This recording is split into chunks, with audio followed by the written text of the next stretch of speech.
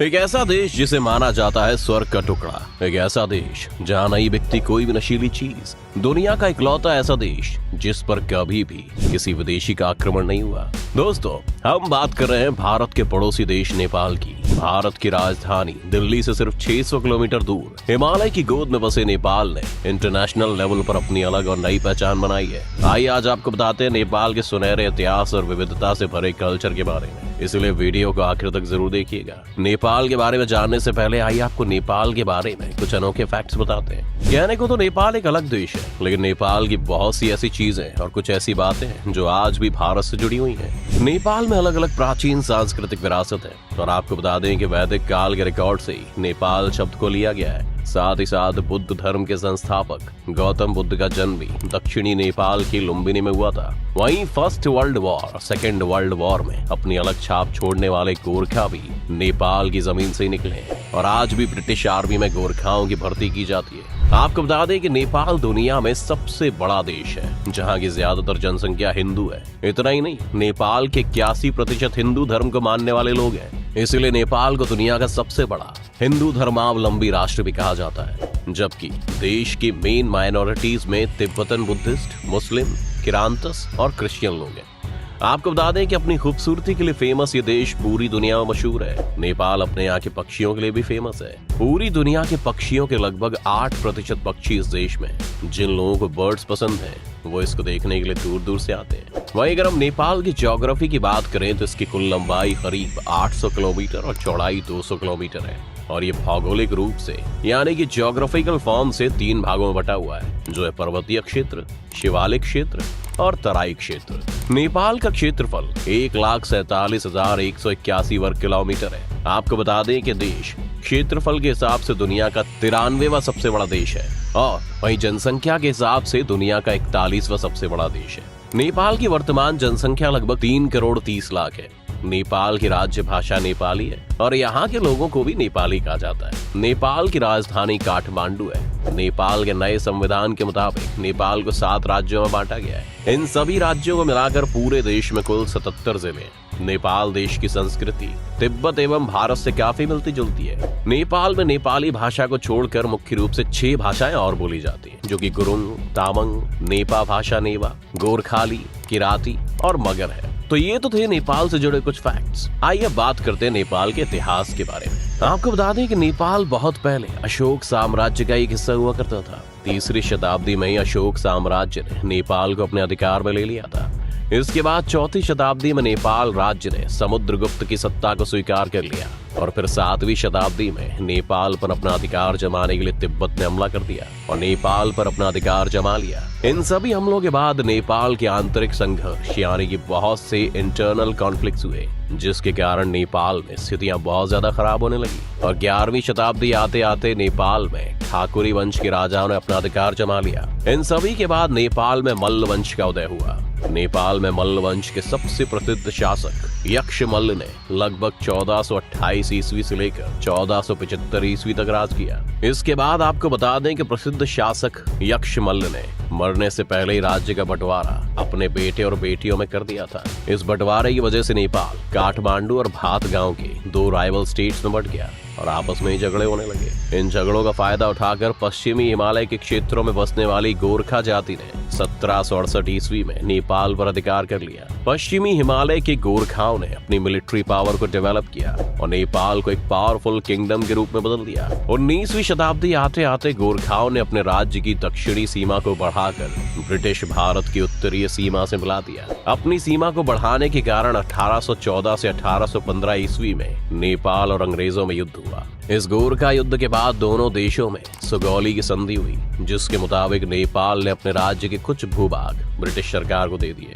इसके साथ ही इस दौरान नेपाल में एक ध्वज संधि यानी कि फ्लैग ट्रीटी भी हुई, जिसके मुताबिक नेपाल की फॉरेन पॉलिसी उस समय की भारत की ब्रिटिश सरकार के द्वारा कंट्रोल की जाती थी। इस तरह से कुछ रेस्ट्रिक्शंस के साथ नेपाल एक आजाद देश बना रहा। इसके बाद साल 1951 से 1960 में राजा महेंद्र पंचायत प्रणाली यानी कि पंचायत सिस्टम को लेकर आए। तब नेपाल में बहुपार्टी लोकतंत्र यानी कि मल्टी पार्टी डेमोक्रेसी को डेवलप किया गया। उसके बाद 1990 में संसदीय सरकार को राजा महेंद्र के बेटे राजा बीरेंद्र ने बहाल यानी कि रिस्टोर कर दिया।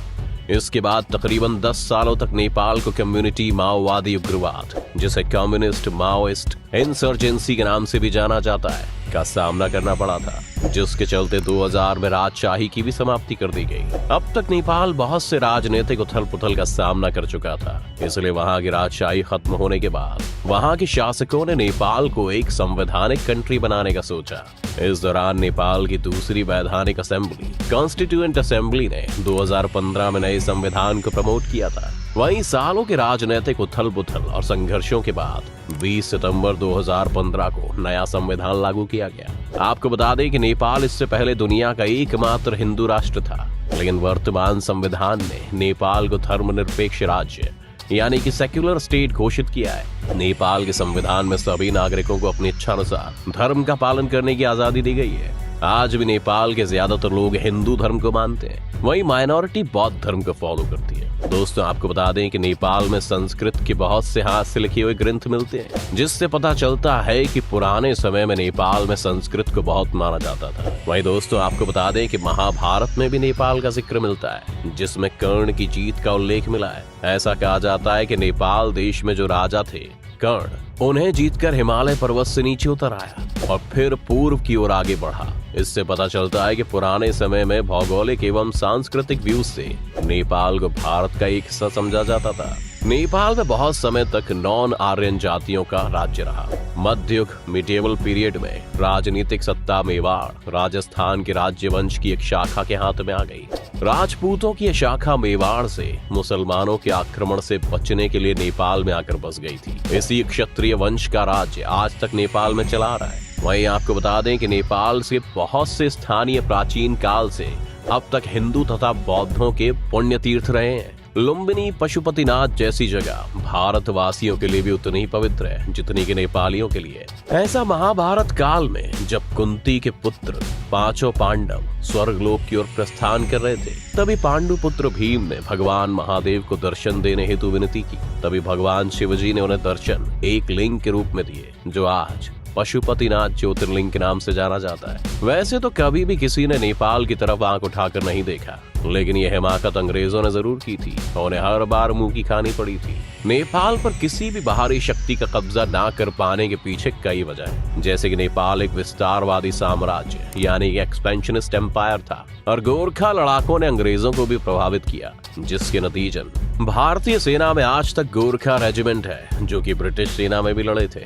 अब देखिए, जब दो विस्तारवादी साम्राज्य भिड़ते हैं तो दोनों को ही कहीं न कहीं संतोष करना पड़ता है, और सुगौली की संधि उस संतोष को दर्शाती है। जहां अंग्रेजों ने तिब्बत का विचार त्यागा, तो वहीं गोरखा ने अवध का विचार त्याग दिया। अब अगर हम आज के नेपाल की बात करें तो वैसे तो इस देश में टूरिस्ट प्लेस बहुत ज्यादा है और अक्सर लोग इस देश की खूबसूरती को देखने के लिए दूर दूर से आते हैं। इसीलिए टूरिज्म का नेपाल की इकोनॉमी में बहुत बड़ा योगदान होता है। इसके अलावा नेपाल में कमाई का सबसे बड़ा जरिया खेती है। यहाँ 18% भूभाग पर खेती होती है। साल 2015 में लागू किए गए संविधान के बाद साल 2018 में नेपाल का सकल घरेलू उत्पाद लगभग 28.8 बिलियन डॉलर्स हो गया था और साल 2018 में ही 3% एनुअल ग्रोथ के साथ साल 2019 में ये 7.1% तक पहुंच गया। इसके साथ ही आपको बता दें कि नेपाल दुनिया के सबसे तेजी से बढ़ती अर्थव्यवस्था वाले देशों में से एक है। चलिए अब ये भी जान लेते हैं कि वर्तमान में भारत और नेपाल के बीच में रिश्ते कैसे हैं और क्यों भारत के लिए नेपाल एक इम्पोर्टेंट देश है।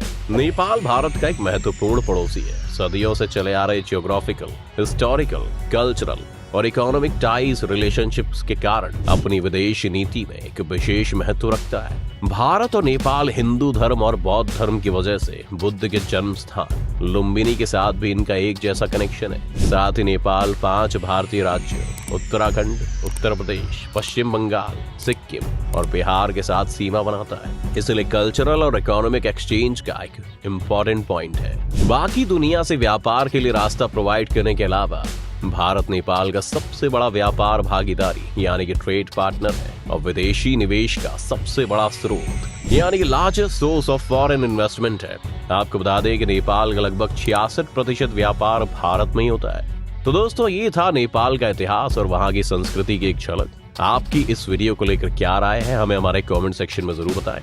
तो दोस्तों, आज की वीडियो में बस इतना ही। उम्मीद है आपको आज की इस वीडियो से काफी कुछ सीखने को मिला होगा। अगर आपको वीडियो पसंद आया तो वीडियो को लाइक करें और अगर आप इस चैनल पर नए हैं तो जाने से पहले चैनल को सब्सक्राइब करना भी ना भूलें।